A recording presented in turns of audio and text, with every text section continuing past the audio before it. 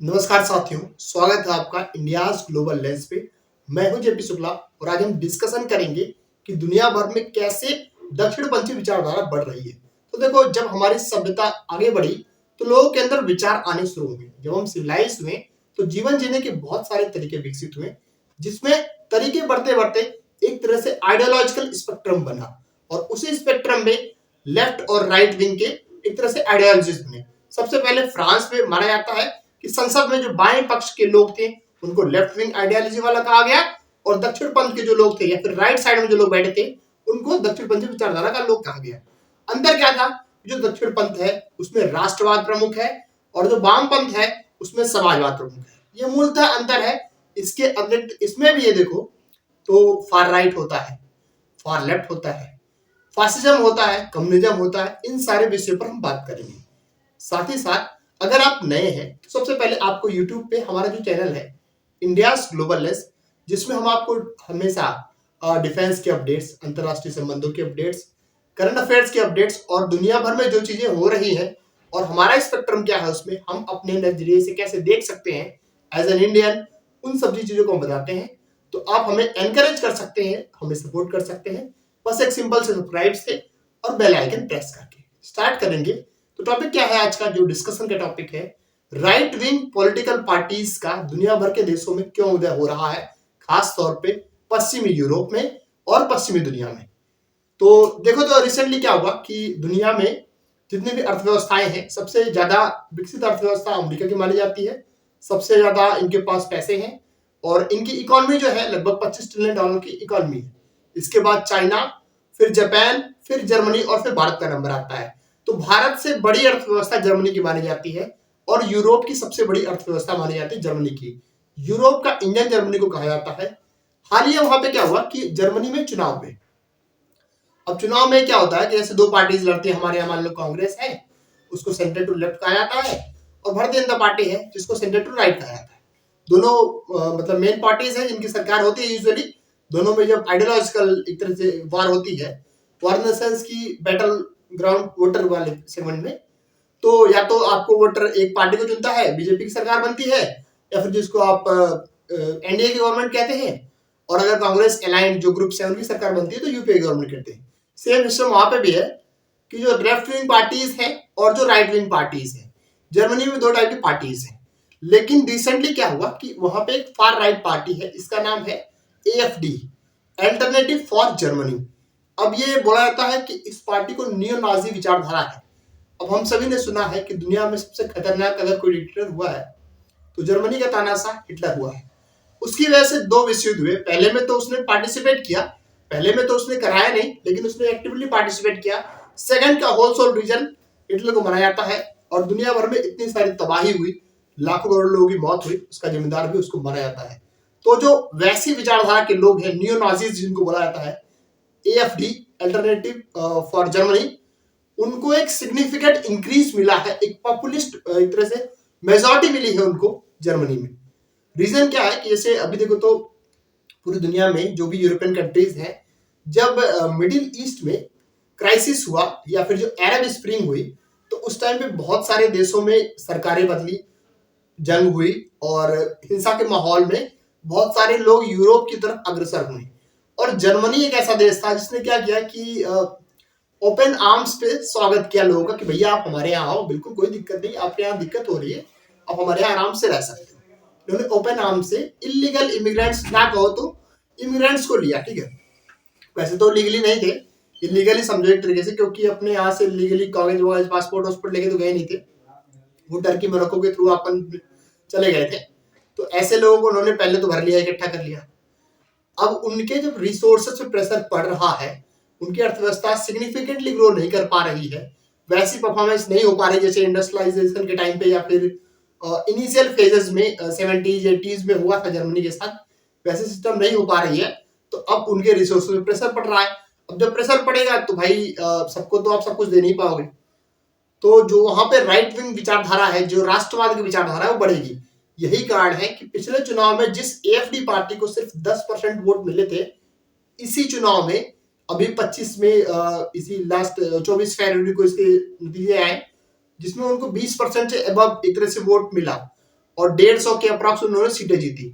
तो माना जा रहा है, हालांकि वो सरकार में नहीं आ सके क्योंकि वहां सिस्टम क्या है जर्मनी में कि हमारे यहाँ ऐसा पॉसिबल नहीं है, लेकिन वहां सिस्टम क्या है कि फार राइट पार्टीज को सत्ता से बाहर करने के लिए जो लेफ्ट विंग पार्टीज है और जो सेंटर टू राइट या लेफ्ट पार्टीज है वो आपस में गठबंधन कर लेती है, और उनका अल्टीमेट ऑब्जेक्टिव होता है कि किसी भी तरीके से फार राइट पार्टी सत्ता में ना आए। लेकिन जो पार्टी इस बार मेजोरिटी में आई वो भी एक ऐसी राइट विंग पार्टी है जिसकी पॉलिसीज ऑलमोस्ट एएफडी की जैसी है। तो अब बताया जा रहा है मोस्ट प्रोबेबली और लगभग पक्का ही हो चुका है कि जर्मनी के जो नए चांसलर होंगे वो फ्रेडरिक मार्क होंगे। फ्रेडरिक मार्क भी एक तरह से राइट विंग विचारधारा के व्यक्ति हैं। इनकी पॉलिसीज इमिग्रेशन को लेकर बहुत सख्त रहने वाली है और ये लार्ज स्केल पर डिपोटेशन भी करने वाले हैं। इन्होंने पहले अपने जो इलेक्शन प्रोमिसेस है उसमें भी ये बात कही है।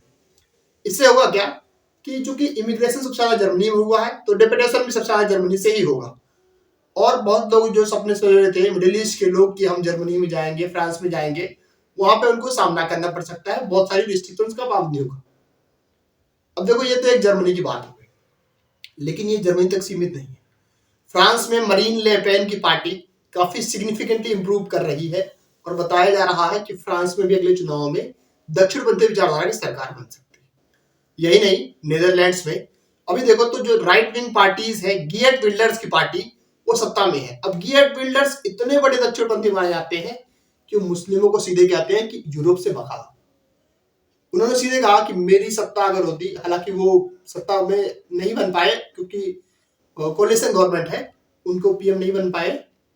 अगर वो होते सोचो तो वो कहता है कि सीधे हम मुस्लिम्स को, ये जो इमिग्रेंट्स वगैरह इनको हटा दो यहाँ से। वो इतने बड़े राइट विंग वाले एक्सट्रीमिज्म वाले व्यक्ति गेट बिल्डर्स। इसके अलावा हंगरी के विक्टर ऑर्बान, ये सभी जितने लोग हैं ये सब इलॉन मस्क और डोनाल्ड ट्रंप इनको फंडिंग कर रहे हैं, अनऑफिशियली स्पॉन्सर कर रहे हैं कि राइट विंग पार्टीज का एक तरह से एमर्ज हो यूरोप में। एक और जॉर्जिया मेलोनी की बात करें तो वो भी एक तरह से राइट विंग काफी मानी जाती है और उनकी विचारधारा काफी हद तक डोनाल्ड ट्रंप जैसी ही है।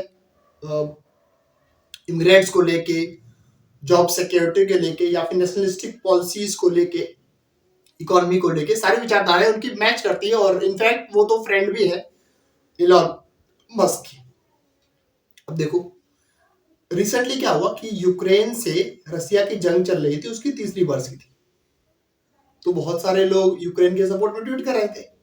लेकिन फ्रांस के मैक्रोन, जिनको कहा जाता है कि वो सेंटर टू लेफ्ट हैं थोड़े से, वो चले गए यूएस और कहे कि हम यूएस के साथ खड़े हैं, जो भी अपना नेगोशिएशन वगैरह करना है आप करिए, हमको आप अपने साथ अलाइन कर सकते हैं। तो वो भी चाहते हैं कि भैया जंग ज्यादा ना चले और पैसे ज्यादा देना ना पड़े यूरोप को।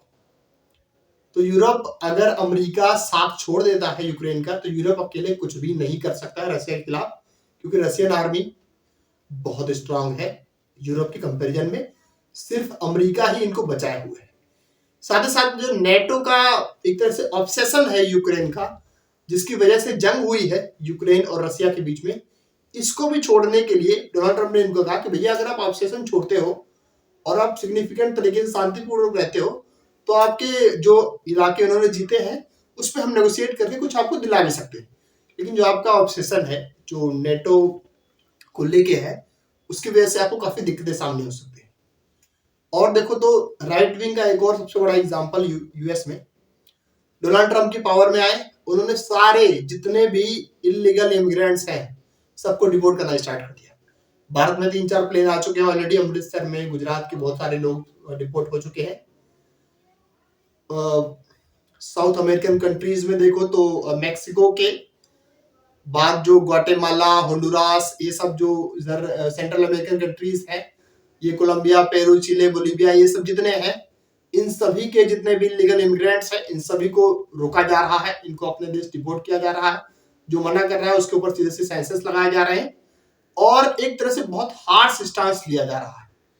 दूसरी बात कि कॉस्ट कटिंग के नाम पे बहुत सारे एम्प्लॉइज को फायर किया जा रहा है।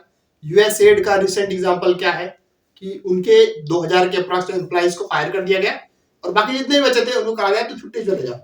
तो कॉस्ट कटिंग के नाम पे जो भी पैसा इधर उधर दुनिया भर के देशों में जा रहा था उन सभी को हटा रहे हैं और एक तरह से ऐसे राष्ट्रवाद का उदय हो रहा है अमेरिका में जो दुनिया को आइसोलेशन में देख रहा है कि हम अमेरिका अपने रिसोर्सेज को बचा के रखेंगे।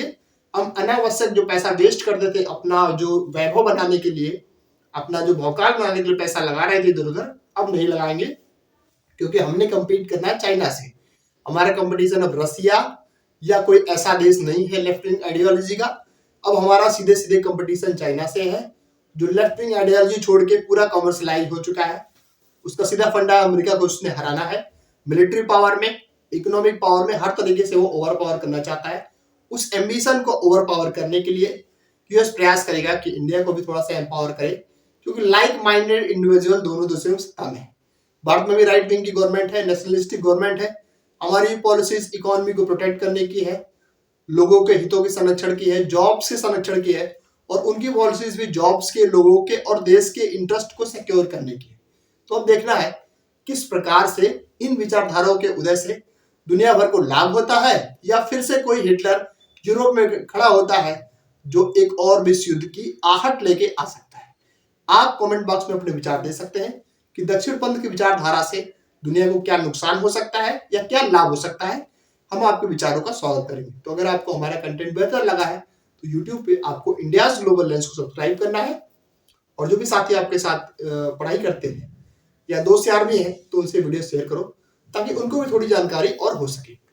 सो बहुत बहुत धन्यवाद आपका इस वीडियो को देखने के लिए।